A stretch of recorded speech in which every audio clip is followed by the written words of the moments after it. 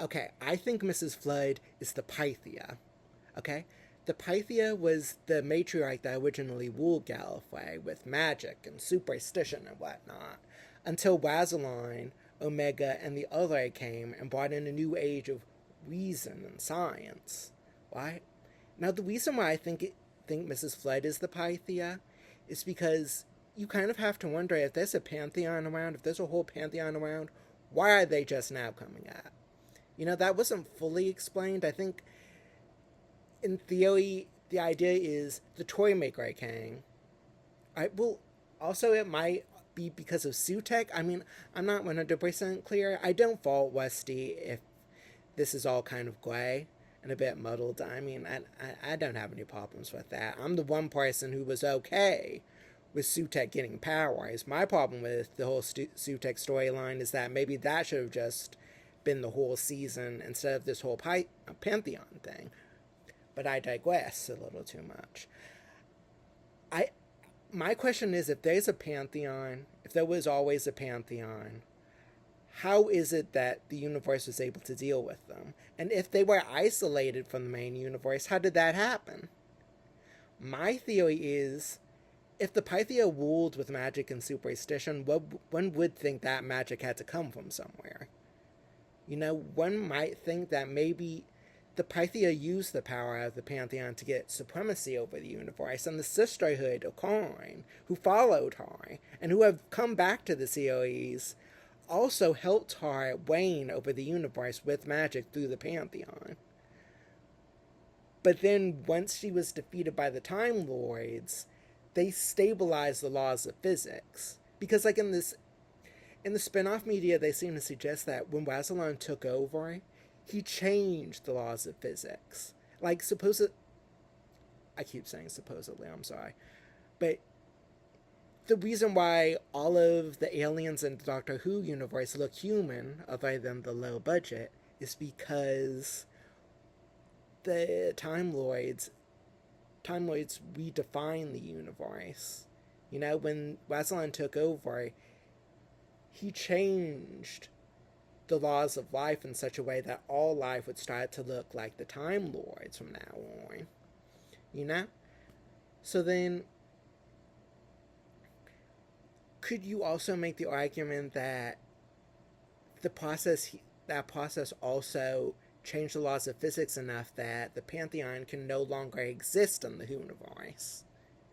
And possibly the death of the Time Lords and the Time War, the second death of the Time Lords, and even the Flux made it so that it was difficult for the universe to defend itself against the Pantheon, so then the Pantheon could just creep right back in.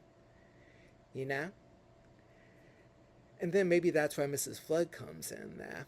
Like, there was this one part in the season one finale where Mrs. Flood said that she would find your God and then storm the castles of his creation in her name or something. And I think the idea here is because of Wazeline's power over the universe, over the physical laws of the universe, in a way, he's God. And Mrs. Flood is Pythia trying to come back and take that power back from him. That's my theory, at least. I think it would be interesting, and I don't know. There's this one YouTuber, I think his name's Orwin. You probably ran into him. It's like Owen or something. He's a great guy. I don't know him personally, but he's good people. He said that maybe it was okay to have the Time Lords. Maybe it was okay to bring the Time Lords back. And personally, I agree with that.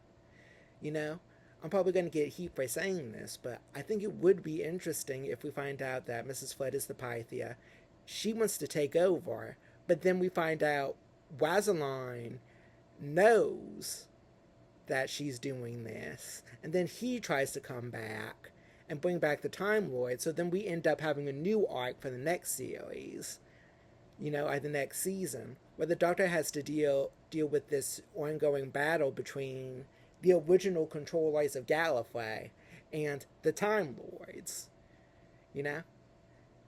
Maybe even with Wazeline resurrecting the Time Lords through the Matrix or something. Although that probably isn't what's happening. You know, it's Although I will say one thing, I thought it was an interesting idea that Anansi was the real chief of all gods, that he was the real controller of all the gods. The problem is Anansi is going to be in the next episode, which is the fifth episode. So is the fifth episode just going to show us what the real arc of these last two seasons have been? Or is Anansi just not the chief god? Or is Anansi not in the next episode? I don't know. But I think that I can't shake the feeling that there's something else going on here. And I can't shake the feeling that if Mrs. Pythia isn't... if Mrs. Flood isn't the Pythia, she's in service of some other creature. You know? And what if Mrs. Flood is actually running around in service of Omega somehow? Now what does Omega have to do with this? I don't know. But if Sutek can become the god of death, that would seem to imply something about Omega, then wouldn't it? Maybe it isn't, this whole process of godhood and the pantheon isn't straightforward. And maybe one could argue that the pantheon isn't really the issue here.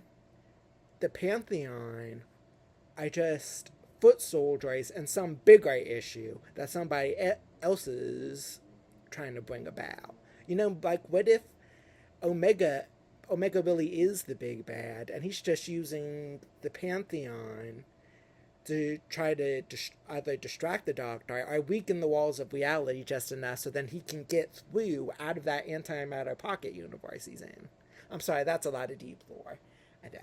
I know, but I think only a few people are going to be watching this video anyway. I've tried over and over again, and there's any number. I'm going to stop complaining about my problems. Anyway, that is my theory on Mrs. Flood. Yo.